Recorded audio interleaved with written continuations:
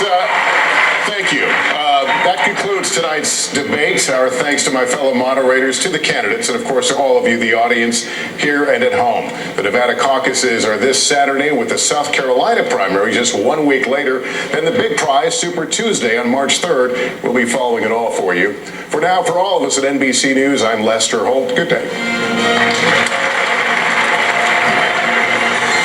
So begins our coverage. Brian Williams here with you in New York. Two ways, of course, of looking at what just transpired on that stage in Las Vegas, Nevada. 6 people fighting for themselves, 6 people who over the course of 2 hours sometimes savaged each other. And at some point, someone on that stage is going to have to run against the incumbent president. Sometimes at the end of what we just saw, throwing in the old bromide, what brings us together is greater than what divides us, doesn't accurately depict what we just witnessed. We're here in New York. Nicole Wallace here with us, of course, former White House Communications Director, former current host of Deadline White House, 4 p.m. Eastern Time, unless there's something I don't know. Claire McCaskill, former Democratic Senator from the state of Missouri. Horse-faced lesbians. And no, I'm not talking about Donald Trump. I'm talking about Mayor Bloomberg. The Warren campaign says that lines like that helped her have her best fundraising hour ever tonight, but it was Bernie Sanders who had Bloomberg's attention, arguing that Sanders is unelectable, and he called democratic socialism communism. The best-known socialist in the country happens to be a millionaire with 3 houses. What did I miss here? Well, you'll miss that I work in Washington, house 1. That's the first problem. Live in Burlington, house 2. That's good. And like thousands of other Vermonters, I do have a summer camp. Forgive me for that. Where is your home? Which tax haven? You know, she had a very good debate, but I don't know that this means that we should count him, leave him for dead. Andrew Yang, you know the field the best. You know what it's like on that stage. What was the read? I think 3 things happened to Mike tonight. Number 1, he just found out he'd make the debate yesterday. There were 2 times when I wasn't sure if I was going to make the debate, and my team got me together to prepare. And you're really not sure if you're preparing, because you're like, I'm not sure if I'm going to be in this debate. So Mike, even though he was, I'm sure, getting coached and prepared, he was like, I don't know if I'm going to be in this debate.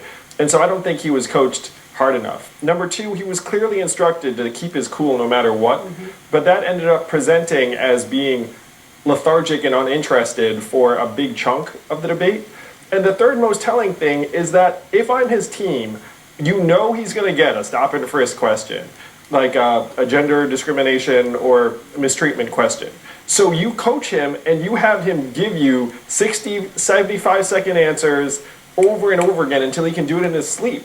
And the fact that he did not have those answers at his fingertips lets me know categorically he was not properly prepared for this debate. Well, they say they coached him on all of those issues.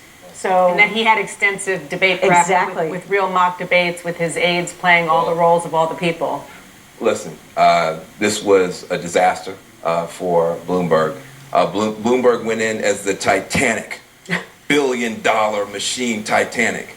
Titanic meet iceberg Elizabeth Warren.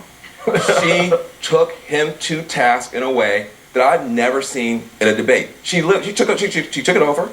She prosecuted him. But the worst part about it is, for me, a lot of African Americans are placing great hope in Bloomberg. Despite the stop and frisk and all that sort of stuff, you're seeing people trying to move over there. And he just wasn't ready. He was tone deaf on issue after issue. And the reason why, he's not been in those living rooms. He hasn't been doing those town halls. He doesn't know attacking people for, I have too much money for TurboTax? This is a great answer? A lot of people watching use TurboTax. His answer on women was terrible. He got completely destroyed on the NDA question. His answer on stop and frisk was as bad as it could possibly be. And then he basically lied on his answer when it came to redlining. He, on every major thing that people who are looking for a champion, just wanting to see some contrition and some professionalism, he let people down tonight, and he's got to go back to the woodshed and get it from his team and come back better next time. Now that's an interesting point. They all are. But the last one, Andrew, let me come back to you. There's a difference, and you guys know this very well, between being prepped and accepting the preparation. Do you believe that Bloomberg doesn't know how to answer these questions or doesn't accept what his team wants the answers to be? There's a meaningful distinction. There really is a distinction, Chris, and it's very apt because you can only be coached if you're willing to be coached. I mean, everyone who works for Bloomberg works for Bloomberg. So there's no one that could be like, hey, Mike, like, you have to, like, yeah, that was terrible. You have to do it again. We're going to videotape you and show it to you. Did that and happen then with you? not let him, yes, that happened to me. And so, and then you don't let the person leave the room. And the people who are working with me worked for me too, but like they knew that I was coachable. Like if they were like, hey, Yang, like that was not great. Here, we'll show it to you. Like let's like do it again. Then I'd be like, all right, let's do it again. And there were times I did not want to be there at all. But like in Mike's case, if he didn't want to be there, he's not going to be there. Like you know what I mean? Like there's no one on his team who can be like, that was terrible. This is going to potentially damage your campaign to a very, very high degree, and you need to not. And I know this is the case because I saw him on stage. Like if you get the obvious question and you don't pivot to this memorized script that your team has hammered into you, then you just did not get prepared or you were not willing to prepare He did, but he yourself. wasn't ready for the follow-up. But I have to tell you something. Yeah.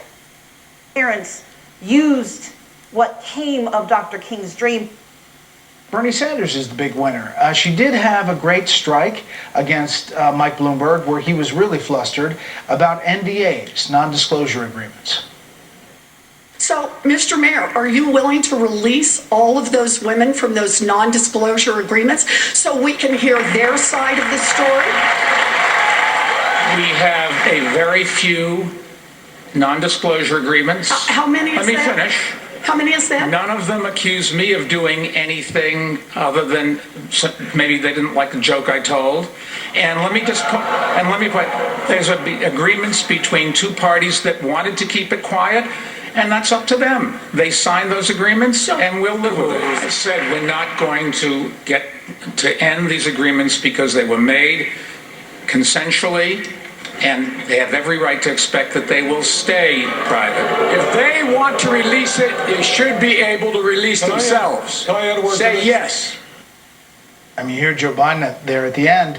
He had a couple of moments, but then kind of regressed. He didn't really have a big night. He needed to tonight, and it was not that. Did you sense some desperation from like the lower level candidates that maybe knowing that if they didn't perform well tonight, it could be curtains pretty much? Yeah, I think that they sense that this race has changed. I mean, with the money that Bloomberg has put in, more than $400 million, and with the steam that Bernie Sanders has behind him, they had to change the dynamic. There was one moment at the end where Bloomberg kind of came back and said, we as a party, Democratic Party, cannot elect a socialist, but he didn't say socialist. Take a listen. I can't think of ways that would make it easier for Donald Trump to get reelected than listening to this conversation. It's ridiculous. We're not going to throw out capitalism. We tried that. Other countries tried that. It was called communism, and it just didn't work. And Bernie Sanders eventually said, hey, listen, that's a cheap shot. It's not communism. It's democratic socialism. Bottom line here, again, to my first point, you know, that line, if Bernie Sanders is the nominee, will be used in some Trump ad. Absolutely. And I think that the most fascinating moment was at the end where they went down the row and said, what about a contested or open convention? And Bernie Sanders said the person with the most delegates should win, and all of the others said, well, the process should play out. Because guess what? Tonight meant that Bernie Sanders still has momentum. He still looks the same. He's still the same guy, and he's probably going to get the same delegates. And when you get to Milwaukee, he probably is going to have the plurality of the delegates, and it's going to be a big challenge for this party to figure out whether the Democratic Socialist will be their nominee. It struck me as not surprising that some of the Democrats came out and were eager to punch away at Mike Bloomberg right off the bat. Mayor Pete seemed to take a little different approach, kind of to hit his central points and to say, all right, we're not going to let a guy buy it. We're not going to let a guy blow up the entire system. I thought Pete Buttigieg actually had a strong night overall on the candidates who are not in the big top tier as far as Bernie Sanders and Bloomberg. I think Buttigieg really had some striking moments against Amy Klobuchar, and that was to the detriment of Klobuchar. And I do think that he is very polished. He is very good at what he does about delivering it. But whether that is going to move the needle in this race, I think the race, Mike, after this debate is pretty much the same race that we saw going in, which is shocking, but I think it is. And Elizabeth Warren came out swinging right away. We showed her on the non-disclosure agreements. Third place, maybe better, maybe second out here. I think she's probably disappointed that she wasn't tougher in New Hampshire. Everybody said that she wasn't the fighter. She was the fighter tonight. I believe she hit every other single candidate. I don't know if she made her way to Biden. If not, it's only because she didn't think it was worth it. She hit every other candidate hard, really hard. And I think it was because she has to get her position back in the top tier. I also thought Buttigieg would not lay up on Klobuchar. He wouldn't lay up on the fact she didn't know the president of Mexico. He kept punching her weak spot, her wound, over and over again. It was the boxing match in which nobody pulled back and said, enough. And nobody clinched. Everybody kept fighting. I'll tell you, I think Trump probably likes the look of it. I'm not sure he's right. On first view, it looks awful and bloody. Everybody attack each other, circular firing squad, all those cliches. But maybe what we saw there was a lot of passion. And maybe that passion is going to get through. But there's only one candidate there who believes he's going to have the most delegates going into Milwaukee. And we know it was. He was the guy that said that person should be the winner. Everybody else said tonight, I will not have the most delegates. They all made it official. They were not going to give the win to the guy or the person with the most delegates. That was so telling tonight. Today, it was an acknowledgement that Bernie is the winner, not the winner so far in this whole fight. And he may be the winner all the way, and I think they think so.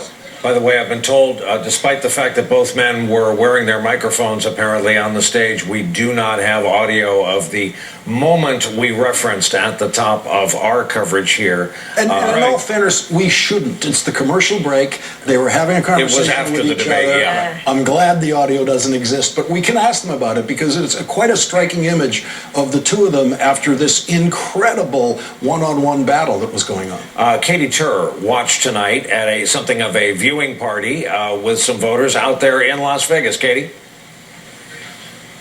Hey there, Brian. This is the first majority-minority state, the first state where a large block of minority voters will We watched the Thunderdome that was the 2016 Republican primary. A lot of the same things were said about Trump. That people were hitting him left and right, and what worked and what didn't. Oh, yeah. He can't handle the questions. I said some of them. Yeah. And, you know, the idea of sleeping on a movement, I think, matters. The Republican is a different party than Democrat. How do you think this type of fight plays for your people? Yeah, the one thing I want to caution everybody who's watching this tonight, we are now coming up with a very brutal primary calendar coming up. So we're going to have Nevada, then we're going to have South Carolina, and 3 days later we have 14 states, including California, Texas, North Carolina, Virginia. Big states with lots of delegates. The one thing, maybe 6 to 8 million people watched the debate tonight. I don't know, but I can tell you this. Hundreds of millions of people have been seeing these Bloomberg ads. Right. They've been seeing Barack Obama. They've been hugging each other. They've seen that. I don't know what it is, but I can tell you his ground game, he has 2,200 staff. In Virginia, he has 100 staff. North Carolina, 200, 14 offices. I just caution everybody here with this calendar, the way it is coming up. A lot of people may not be watching tonight or turned out early. You just don't know what the ground game is. Well, but the calendar coming up is good for Bernie Sanders. If you look at California, for example. Bernie and someone else. Bernie and someone someone with a lot else. of money. And you know, if you have millions and millions of dollars and you could cut clips from this debate and you say, show the clip, you show the good clip. Show the good clip. Well, that's where it works, right? Yeah. Show the good clip where he challenges Sanders on his electability. You can use that in an ad. One clip. That's all you need. Isn't this interesting? Like, okay, so yes, here's what we know. You've got another billionaire who's running, who may wind up being Teflon. He just may be able to run over everybody, and these things may not matter that much. But from a party point of view, mainline Democrats are being squeezed out by Bernie and Bloomberg. Bernie is leading a bottom-up insurgency from the left, but he's not actually a Democrat. And then now you have this top-down incursion from the right, from Bloomberg, millions of people, billions of dollars. He's really not a Democrat either. What does that tell you? It tells me that there's a judgment that's going on with the American people that the mainline Democrats are something wrong. There's something defective. There's something that's not cutting the cheese. And so these outside forces are coming in, squeezing them out. And so Bernie versus Bloomberg, I think whatever happens tonight, what you're seeing is that there's a judgment on this party. And, you know, frankly, one of the people I have the most hope in is you, because you had a different set of ideas. But the people should be looking in the mirror in this party to figure out what is going on here, because really we should have other choices than just these two outsiders. You know, we do have other choices than just those two outsiders. There were other people on the stage who had very good nights. I think Elizabeth Warren won this debate. I think she should be treated like the top-tier candidate she is. I think Pete and Amy got a little bit too much into it with each other in order. Usually both of them come out doing really well in these debates. Amy's zinger is sort of, they zung back on her. It didn't work tonight, whereas the mom humor is usually really, it's great for her. I got annoyed. She did. I mean, she has not made her concerns with Pete a secret. And I think tonight she finally got enough under his skin that he started going back at her, and that wasn't a great look for either of those candidates. I thought Biden had a pretty good night. I did. Just to go back to what you were saying, and I agree with you, that's kind of the point I was making about, you know, we said these things about Donald Trump in 2016. And one of the reasons why Donald Trump was so successful is because he had a movement behind him, and he is charismatic, and he you know, he picked at things that he saw out there, fear, stoked it, all of those things, but it worked. The question is, look, Michael Bloomberg, he doesn't have a movement behind him. He doesn't have, there's nobody who's, you know, going rah rah Michael Bloomberg, but what he does have is a foil in the White House. And what he does have is the argument that he did make for the one clip that he can put out there in his ad. You know, you don't have to love me. I'm not perfect, but I can beat this guy. I've got the dollars. I've got the experience. I can do this. And that might be enough. What about Democrats wanting to fall in love? You know, what's that saying about Democrats? That is a great tease. That is a great tease. Is the proposition of basically I can win the bidding war that Bloomberg is going to make, is that a message that works for Democrats? Was tonight, what you saw on that stage, was that a step closer to winning for Democrats? We'll take that on right after this.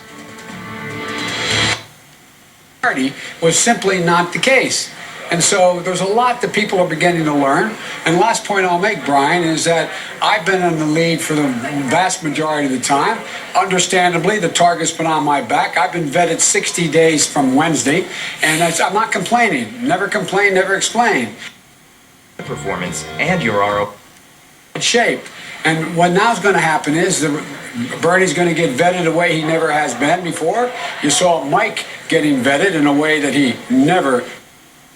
Who look to the work of Dr. King forget that he did more work after 1965. We forget his Poor People's Campaign. We forget his conversations about who we